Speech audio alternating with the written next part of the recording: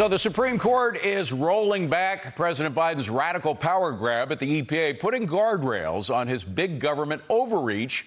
But will Biden and his bureaucrats fight back? Joining us now to explain is Alex Epstein. He is founder and CEO of the Center for Industrial Progress. Alex, good to see you. Thank you for being here. I just want to briefly mention one thing that Neil Gorsuch, Justice Gorsuch, said in his decision about West Virginia versus EPA. He said, quote, "The Constitution does not authorize agencies to use pen and phone regulations as substitutes for laws passed by the people's representative." That seems to me to be the gut of the decision, no? Yeah, because it's essentially the EPA decided, even though Congress said nothing whatsoever in its laws about controlling CO2, and it had the opportunity to do so when it amended the Clean Air Act in 1990, they decided the government has an unlimited power to regulate CO2. And so this decision came down on that and the reasoning, but it needs to go far further because the government is unconstitutionally trying to regulate CO2 all over the place. Yeah. And that is contributing to the global energy crisis that we're in. Well, when I hear government and unlimited power in the same sentence, I get very nervous because it always extends. They're never satisfied with one piece of unlimited power. They always extend it to other agencies and stuff. But what you're talking about, the decision that was made, I believe it was 2007, the Massachusetts versus EPA, that decided that carbon dioxide, which is a natural gas in the air, it's natural to the planet Earth, that somehow that is a pollutant that the EPA has unlimited authority to regulate. And it is really that decision that is at the crux of the matter that was the beginning of their overreach, no? Right, and that needs to be overturned by the same logic here, because there's nothing in the Clean Air Act to justify that. I mean, CO2 is not an air pollutant. Having more of it doesn't pollute your air. Saying the Clean Air Act prohibits CO2 is like saying the Clean Water Act prohibits spilling drinking water. It's just totally wrong. Well, and you can see all kinds of ways that they could misuse it. For example, we know that cows exhale carbon dioxide as well, and other, so they could say, oh, okay, you have to cut your cattle herd by half in order to get rid of it, et cetera. So, I mean, there are extensions of this. Well, and I'm wondering when they deal with that. Will the Supreme Court itself extend the decision that they took this week to go after Massachusetts EPA, or will some other court do that? I'm not exactly sure what they'll do. Again, it's implied by their decision, but they don't explicitly say. They don't really challenge the idea that government should be regulating CO2 without congressional authorization. So I think it's too weak. I think the decision is too weak. It's definitely in the right direction, but the Biden administration still feels like they have a lot to play with. And if you listen to the EPA, they're just like, oh, we'll find another way to do it. So it's really just a lawless institution.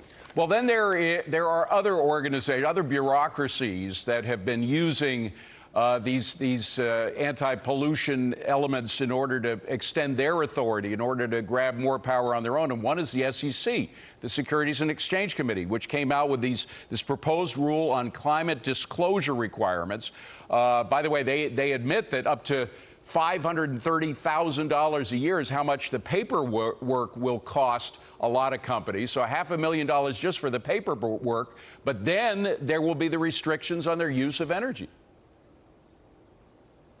Yeah, I mean, this whole thing is a total violation of what disclosure is supposed to be. You're supposed to be disclosing material things that people don't know about. Everyone knows that industry emits CO2. What they're trying to do is get you to disclose, so-called, your plans to produce less fossil fuel. And they have the goal to do this in the middle of an energy crisis when they claim they're doing everything possible to facilitate American production. So it just shows this is an administration that is anti-fossil fuel and ultimately anti-energy. But does the decision this week, West Virginia versus EPA, will it directly affect, can it be used to turn around the proposed rule by the SEC? I don't think directly. Well, some of the reasoning can apply, but it's so hard to predict exactly what the courts are going to do and not going to do. But I think the logic definitely applies. You cannot just dictate things that you want and make them magically appear from laws that do not talk about them at all. Yeah, although that's exactly what they have been doing. I'm kind of surprised we haven't had pushback before, but I'm glad it finally happened this week. Again, I think it was a gift to the American people. But no matter what, you touched on this in your remarks a moment ago. The administration still claims that the only holdup in creating more supply of fossil fuels in the U.S. are the companies themselves, the producers of fossil fuel. We had that statement come out from Amos Hochstein. He's a special presidential coordinator for energy and infrastructure. I want to play that. Here he is on Wednesday talking about it. Roll tape. There is nothing the industry needs, literally nothing the industry needs to increase production in the United States of additional oil. They have all the permits they need. They have all the equipment. They don't need anything else from the federal government. Is that at all true, Alex? That is the least true thing I can imagine. You know, the American Energy Alliance put out 100 anti-fossil fuel actions the administration has taken.